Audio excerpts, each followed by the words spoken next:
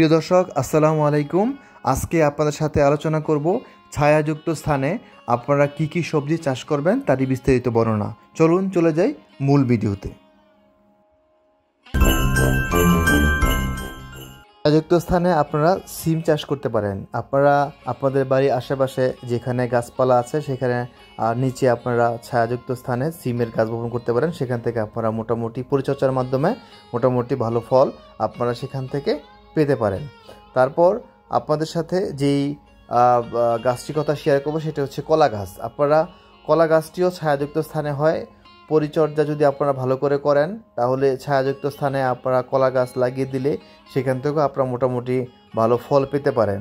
আপনারা কলা গাছের চারা আপনারা ছায়াযুক্ত স্থানে আপনারা লাগাতে পারেন। তারপর হচ্ছে পেঁপের চারা আপনারা আপনাদের পুকুর পাড়ে বা আপনাদের বাড়ির আশেপাশে ছায়াযুক্ত স্থানে আপনারা রোপণ করতে পারেন। সেখানে হচ্ছে আপনারা পেঁপের সূর্যের প্রয়োজন, তবে পেঁপে গাছ আপনার ছায়াযুক্ত স্থানেও ফল দেয়, যে আপনারা লাগিয়ে দেখতে পারেন। আমি অনেকবার লাগিয়েছি এবং সেখান থেকে মোটামুটি ভালো ফলও পেয়েছি। আপনারা ইচ্ছে করলে পেঁপে গাছ ছায়াযুক্ত স্থানে লাগাতে পারেন। তারপর যেই গাছটির কথা আপনাদের সাথে শেয়ার করব সেটি হচ্ছে লেবু গাছ। আপনারা লেবু গাছটি আপনাদের বাড়ির আঙিনায় ছায়াযুক্ত স্থানে আপনারা লাগিয়ে দেবেন। দেখবেন যে এই লেবুগুলো হচ্ছে আপনার কলমি লেবুগুলো ছায়াযুক্ত স্থানে আরও বেশি হয়ে থাকে। আপনারা বাড়ির আশেপাশে আঙিনায় চারপাশে আপনারা লেবু গাছ বপন করে দেন, দেখবেন যে এই লেবু গাছ আপনার ছায়াযুক্ত স্থানে হয়ে যায়। তারপর শেয়ার করবো যে পুঁই শাকও হচ্ছে আপনারা ছায়াযুক্ত স্থানে হয়।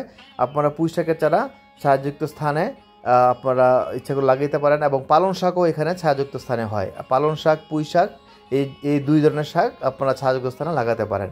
তারপর হচ্ছে মিষ্টি আলুর আবাদ করতে পারেন। আপনারা আপনাদের বাড়ির আশেপাশে আঙিনায় বা ছায়াযুক্ত স্থানে মিষ্টি আলুর চারা লাগিয়ে দিতে পারেন। এটা ছায়াযুক্ত স্থানে ফলন অনেক ভালো হয়।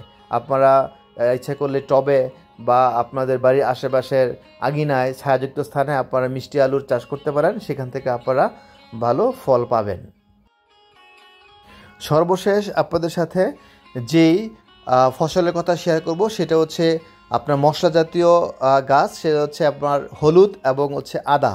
আপনারা হলুদ এবং আদার চারা আপনারা ছায়াযুক্ত স্থানে আপনারা রোপণ করতে পারেন এবং সেখান থেকে আপনারা ভালো ফল পাবেন। এই দুটি মশলা জাতীয় চারা আপনারা ছায়াযুক্ত স্থানে আপনারা রোপণ করতে পারবেন এবং সেখান থেকে আপনারা ভালো পরিমাণ ফল পাবেন। তবে এইসব ছায়াযুক্ত স্থানে কিন্তু অনেক রোগের আপনার উদ্ভব হয়। তো আপনারা সঠিক পরিচর্যা যদি করে থাকেন তাহলে কিন্তু সেই ছায়াযুক্ত স্থান থেকেও আপনারা আপনাদের গাছ থেকে ভালো ফলন পাবেন।